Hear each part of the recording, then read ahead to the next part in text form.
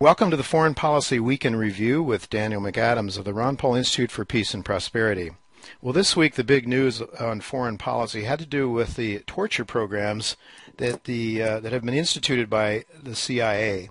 The CIA lied to our elected officials, and of course, there are quite a few of those elected officials on both sides of the aisle, I suspect, that don't seem to mind too much if the United States engages in Nazi-like practices on foreigners, or I suspect Americans for that matter. Before we speak to Daniel today, I would like to play an interview Judge Napolitano did on Fox News last week, in which the judge describes how the CIA has engaged in a large number of federal crimes which should be prosecuted with jail sentences but apparently won't be. Listen now to what Judge Napolitano had to say about our country's evil torture activities. Continuing coverage of the CIA torture report out today. Judge Andrew Napolitano is a Fox News senior judicial analyst. What do you make of this? Well, it's a very, very serious and profound indictment of the government's torture in the Bush administration. It is the most compelling, detailed, documented report of government intentional infliction of pain on non-combatants ever produced in American history since the time of the Civil War. We never saw anything like this after World War I, after World War II, after Korea, or after the Vietnam War. And it was produced after 5 years of painstaking examination by investigators for the Senate Intelligence Committee, whose computers were hacked by CIA agents who tried to interfere with the examination of them by their own regulatory agency. A federal crime not prosecuted. Can it be prosecuted? Yes, Should it be? Yes, it can be. Of course it should be. There are many, many crimes in here that should be prosecuted. As uplifting as the president's statement was, that you just kindly and generously read 100% of, I didn't hear what should have been in there. And the Justice Department will investigate who should be prosecuted for what. Soundbite number 5, please. Dianne Feinstein talking about one of the instances. Play it. CIA detainees at one facility, described as a dungeon, were kept in complete darkness, constantly shackled in isolated cells with loud noise or music, and only a bucket to use for human waste. Only a bucket for human waste. Soundbite number 4 from Dianne Feinstein and another of the report's findings. In the Cobalt facility I previously mentioned, interrogators and guards used what they called rough takedowns, in which a detainee was grabbed from a cell, clothes cut off, hooded, and dragged up and down a dirt hallway while being slapped and punched. The CIA led several detainees to believe they would never be allowed to leave CIA custody alive, suggesting to Abu Zubaydah that he would only leave in a coffin-shaped box. Now, the CIA agents who actually did this stuff will argue that they were authorized by their superiors to do it. Senator Feinstein says their superiors misled us. We never authorized behavior that degrading and that unlawful. The CIA leadership will say, we saved lives by doing this, and this is the killer in this report, because the conclusion of this report is that none of it worked. The most politically potent weapon that the torture lobby has was kept us safe. This report rejects and refutes that weapon. The torture lobby. Yes. There was a torture lobby. There still is. That's a fact, by the way. That's not a matter of opinion. There's a torture lobby. We're hearing from them all afternoon and tonight. But this argument, this report, quotes CIA agents who were there, who demonstrated and who testified that it did not work, that it did not produce any actionable intelligence that was of any meaning or help to the intelligence community. It was quite something to hear and to think about after soundbite number 3, Dianne Feinstein. In contrast to CIA representations, detainees were subjected to the most aggressive techniques immediately. Stripped naked, diapered, physically struck, and put in various painful stress positions for long periods of time. They were deprived of sleep for days, in one case up to 180 hours. That's 7.5 days over a week with no sleep, usually standing or in stress positions, at times with their hands tied together over their heads chained to the ceiling. And today there seems to be an argument about whether this was okay at the time. Well, there's no argument now but that it's not okay. And Senator Feinstein, who is one of the regulators of the CIA, is obliged to regulate them in secret. And that secrecy depends upon trust, that the CIA will truthfully tell her what's going on, and she and her committee will authorize it. What has set her off is her profound conclusion that she was lied to by senior CIA people who misled her about the number of times this stuff was done, the nature and extent of it, exactly what it was, and whether or not it worked. And it was the destruction of tape recordings, of videotapings of these torture sessions that caused her to commence this investigation. Then in the middle of the investigation, her investigators are saying, somebody's hacking into us. And then they find out that the CIA is hacking into them. And then the CIA denies it. Then she goes to the Senate floor and reveals irrefutable evidence that the CIA was doing the hacking, and then they eventually admit it. So CIA hacking, federal crime. Torture, federal crime. Lying to the Senate committee, federal crime. Doesn't look like anybody's going to be prosecuted. Soundbite number 7, John McCain, play it. The truth is sometimes a hard pill to swallow. It sometimes causes us difficulties at home and abroad. It is sometimes used by our enemies in attempts to hurt us. But the American people are entitled to it. Soundbite number 8, John McCain. They must know when the values that define our nation are intentionally disregarded by our security policies, even those policies that are conducted in secret, they must be able to make informed judgments about whether those policies and the personnel who supported them were justified in compromising our values, whether they served a greater good, or whether, as I believe, they stained our national honor, did much harm and little practical good. That was the finding of the report. That's the finding of the report. And the person you just heard is the conscience of the Republican Party, who's basically bucking almost all of his Republican colleagues in the Senate to make that very courageous and utterly eloquent defense of the inalienability of our human rights, even evil people's human rights. Judge, thank you. You're welcome, Joe. Well, Daniel, you posted that clip of the interview with the judge at the Ron Paul Institute for Peace and Prosperity website. Do you have any comments to make about what the judge had to say about the atrocities committed by our CIA? Well, I think the judge made a couple of very good points. You know, with his brilliant legal mind, he pointed out he said it's the most compelling, detailed, documented report of governmental intentional infliction of pain on non-combatants ever produced in American history since the Civil War. Wow. That's a pretty strong statement.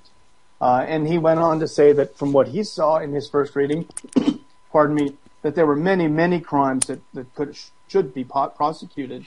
He said CIA hacking, federal crime, torture, federal crime, lying to Senate, federal crime. But he did end with saying, but it doesn't look like anybody's going to be prosecuted. So he sees a lot of crimes, but not a lot of opportunity for justice to be served. Yeah, well, you know, as a person that's in the financial arena, it looks to me an awful lot like the same kind of things that went on in the financial world, 2008, 2009, and leading up to that, in which there were obvious crimes committed in the financial world, fraud and so forth, and the big fish were too big to put in jail, and there were always excuses. The banks paid fines, they were blamed, but no individuals were blamed. No individuals took any responsibility for their actions. But here we're talking about life and death for many, many people, and you know, just unspeakable crimes, as our listeners just heard described on the clip with the judge. The judge applauded the eloquent speech on the part of John McCain, but Ron Paul seems to be a bit skeptical about the sincerity of Senator McCain's statement, which he discussed in the featured article at the Ron Paul website this past week. Referring to both Senator McCain and President Obama, Dr. Paul poses the question, do they really oppose torture? Would you care to tell our listeners what Dr. Paul had to say and what the point he was making there in that article? Sure. Well, he did commend the senator and the president for, being of good spirit and truly opposing some of the things that were outlined in the report. And, Senator McCain's history is well known. He was a prisoner of war in Vietnam and apparently was tortured at the time. So he certainly is one to speak out against it. But the main point that Dr. Paul made is that it's easy to oppose these grotesque activities on a handful of people, and as horrific as it is, but what about Senator McCain's consistent support for not only war, but for preemptive war everywhere? It seems like everywhere he wants to have preemptive war. His support for drone strikes, and Dr. Paul made the point, isn't it also torture when you watch your family get blown up at a wedding party and you have to live the rest of your life with that? Isn't it also torture when a drone strikes your village and maybe it blows off your arm or your leg and you live the rest of your life in agony, or it blows up the water supply? Is that not also torture? But these are all endorsed by Senator McCain. And when it comes to President Obama, he certainly attacked the torture that was outlined in the report. But here he is starting another major war in the Middle East. And we've already read about at least dozens of civilian casualties, so-called collateral damage. Not torture that these people are terrified to have fighter jets overhead as non-combatants. So on the one hand, they say they oppose torture on a small scale. But what about the practices that do the same thing for tens of thousands of people? They don't have a problem with that. Yeah, Daniel, I would like to just read. I have in front of me some of the verbiage from Ron Paul's report, and I think it's worth reading to our listeners. Of course, we'd like to have our listeners go to the Ron Paul Institute for Peace and Prosperity website. There's always a lot of very, very important articles there, many we don't have time to talk about here. But I would like to just pass along here. Ron Paul said, but I think both President Obama and Senator McCain are being disingenuous and selective in their opposition to torture. It is one thing to argue that people should not have their feet broken and be forced to stand cuffed to a wall to oppose rectal force feeding and to condemn waterboarding a detainee 50 or 100 times. Most of us would reject this kind of torture for both moral and practical reasons. But is that the only kind of torture? Is it not torture to go to a wedding in Pakistan and watch your family blown up by a U.S. drone? Is it not torture to have your village water treatment plant bombed by NATO planes seeking to overthrow Gaddafi? Is it not torture for parents of the 500,000 Iraqi children who were killed by U.S. sanctions? Is endorsing a preemptive war, knowing that thousands of civilians are sure to be collateral damage, not support for torture? Daniel, you just said it. I just had to read, though, the details that Ron Paul passed along there as what you were talking to, but the graphic details and how horrible this is. This is the United States of America that's doing this stuff. I do believe there's hypocrisy here. I also believe there could be politics being played here. No, I wouldn't think there would be any politics. The senators don't play, presidents don't play politics. They're statesmen, right? But clearly it seems to me what's going on here with Republicans taking over both houses of the legislature and, with Obama leaving, I suspect that that the president may be looking to try to solidify the left wing of the Democratic Party, which has become quite disturbed by the president's warmongering almost. Would you have any thoughts along those lines? Sure, and I think obviously we're just speculating, but I think if the case was that it had a political context, which a lot of people argue, of course, they would say that negates the information. We would argue against that. It doesn't negate the report. I would say that the political context, if that's what was intended, and I hate to give them too much credit, but I read this somewhere else. Someone else wrote about this. It's not my original thought, but that with this great Republican victory in the Senate and increased margins in the House, all of a sudden it got the nation talking about Dick Cheney again. Yeah, who's probably one of the most hated people in America, right, and one of the biggest embarrassments to the Republican Party.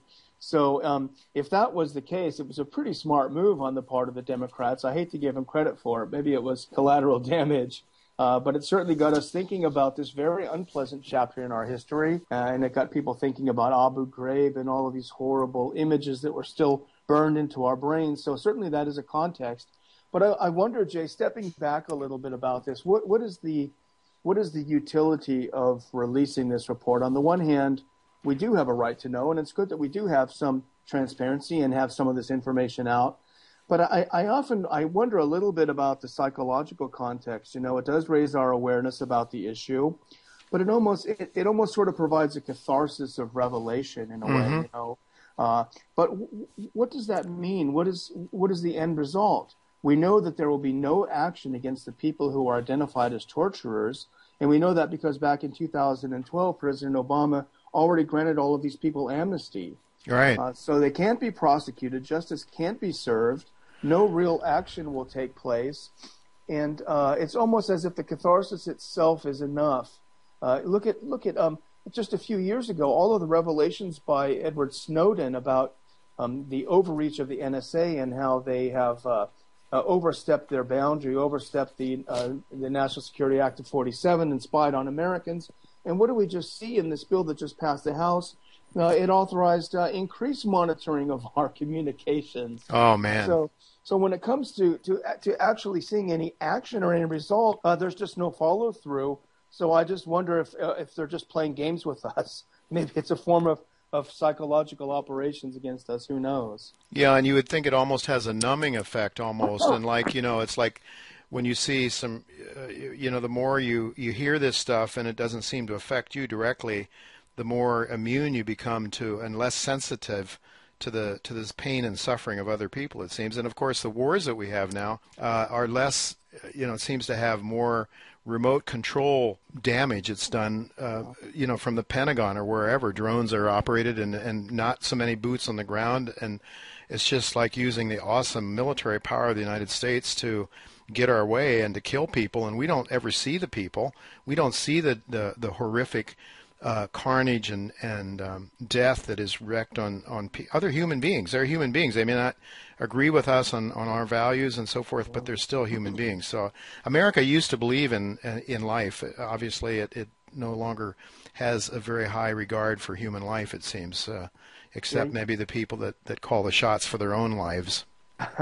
You make a good point about the desensitization, because I think it actually gives, hearing about what happened gives people a sense that something has been done about it without anything really. Right. That's exactly right. You know, we hear these horrible stories. Yeah. And we feel like, oh yeah, the Snowden stuff. Oh yeah, we already dealt with that. We didn't. The Patriot Act has just been reauthorized, and then some. You know, they're actually turning it up a notch. So. Yeah. You know, not to be conspiratorial, but maybe there is some thought behind this desensitization of us on these issues. Right. I mean, people get the sense that, our government is really open to curing problems. We're big enough that we can bring this out in the open and expose ourselves. I still remember, always this comes to mind when it was Congressman Sanders at the time on the left side of the political spectrum, and Ron Paul on the libertarian side was questioning Alan Greenspan and gave him a pretty rough time. Both guys did from their different perspectives. And I think it was Chairman Oxley or somebody that was acted so embarrassed. He apologized to Greenspan for the misbehavior of Congressmen Sanders and Paul. And Greenspan just said, well, he says, that's what makes America great. We are open here and we allow this sort of thing. That's what makes us special. And I'm thinking to myself now, as all this is going on, that's what makes us especially good at propaganda, especially good at fooling people, especially good at carrying out horrific crimes without any without any kind of punishment for it. It's incredible to me. It really upsets me. When I saw and listened to what Judge Napolitano on that Fox clip was talking about, Daniel, my blood was boiling. I just really was very upset. Well, there's another story on the Ron Paul Institute website that shows how evil, I believe, how evil our United States government has become, and how this evil is so entrenched, and how the truth is hidden from our elected officials and the American people in general.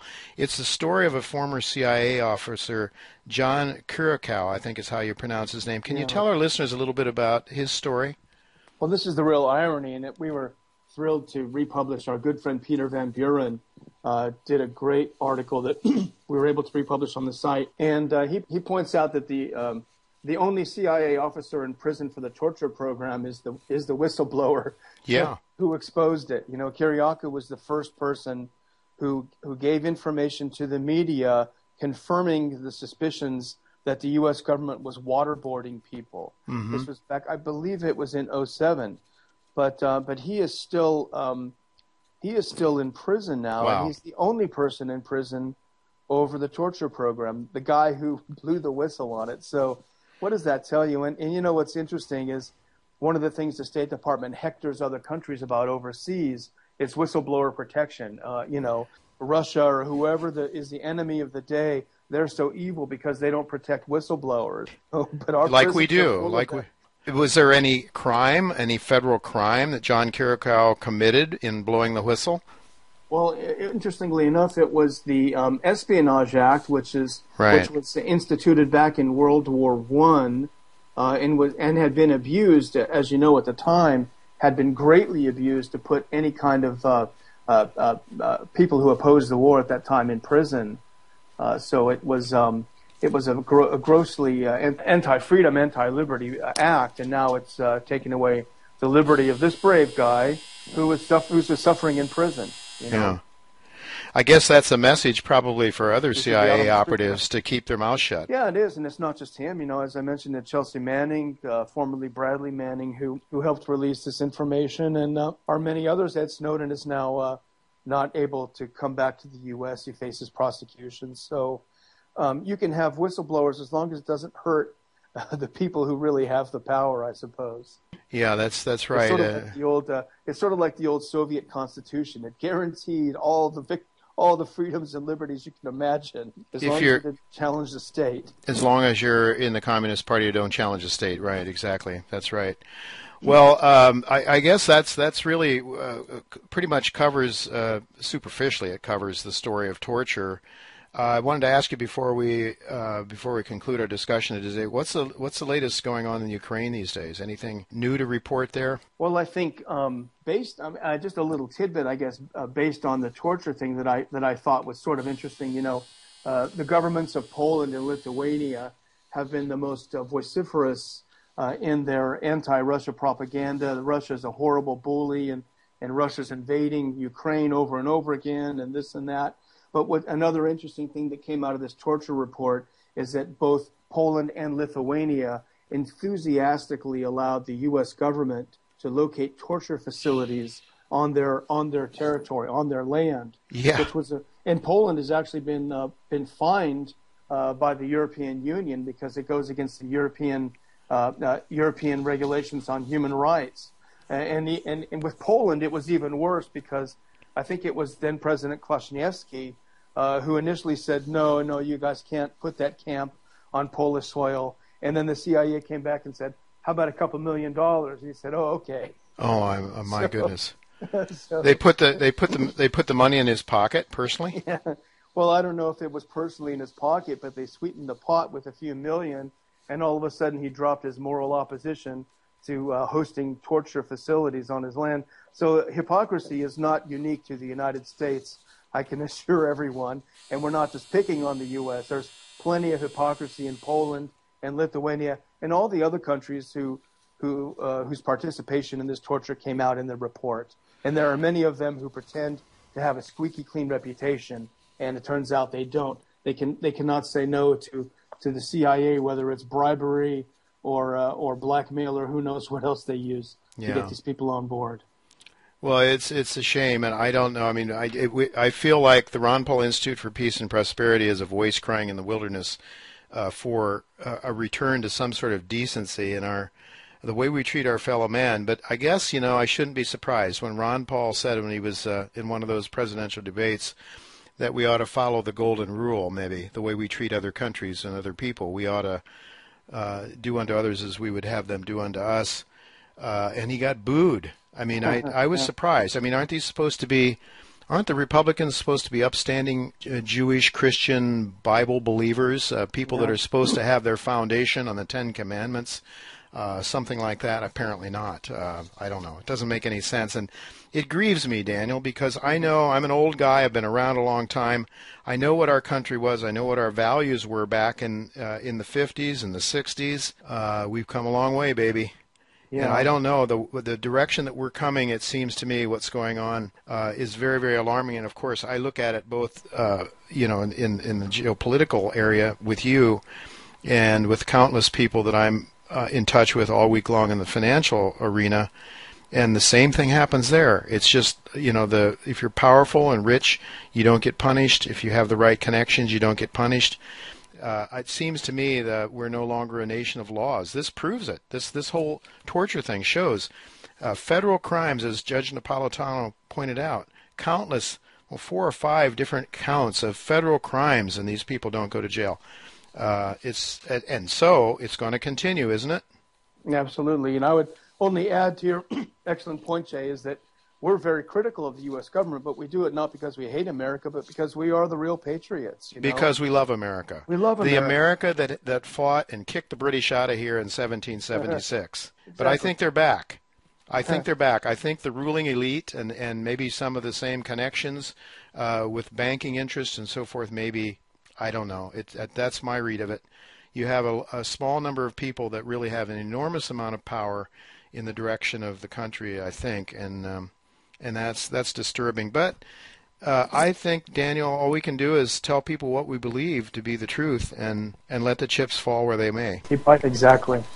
Well, I want to thank you again, Daniel, for being with me again. Folks, the Ron Paul Institute for Peace and Prosperity, go there. There's so many excellent articles there. One that I found extremely fascinating is U.S. Foreign Policy into the Heart of Darkness. It's just an excellent article there written about just one line here. It says, in short, the warmongering politicians of the American empire, like those of the Roman Empire, have succumbed to the delusion of their own invincibility and are driving the United States into the age-old cul-de-sac of military overextension. I mean, that sums up what we're doing. And, Daniel, it seems to me like we are an empire. And empires don't stop until they are stopped somehow, it seems, for the most part. Voices like, think back, there were people that were opposing Hitler during that time, Sure. And they were persecuted and killed or whatever. So that's, I don't know. We have to speak the truth, I think. And I want to thank you again for joining me to do exactly that. Thank you, Daniel. Thanks so much, Jay. Thank you. We'll look forward to talking to you again next week. Well, that's all we have this week with Daniel McAdams, but we'll be back next week. Until then, goodbye and God's blessings to you.